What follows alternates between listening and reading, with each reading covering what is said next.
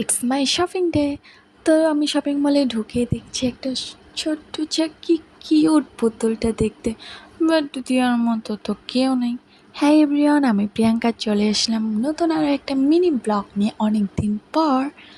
তো আজকে আমি শপিংয়ে করতে গিয়েছিলাম বিশালে। তো চলো, কিছু আমার প্রয়োজনীয় জিনিস ছিল আর কিছু আমি এমনি নিয়েছি। তো চলো আমি কি নিই সেটাই তোমাদের সাথে শেয়ার করব। তো যা যা দরকার ছিল আমি কমপ্লিট নিয়ে নিয়েছি।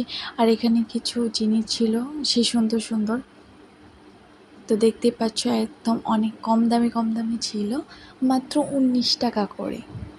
ভাবা যায়। তো আমার প্রয়োজন মতো আমি সব কিছু নিয়ে নিচ্ছি।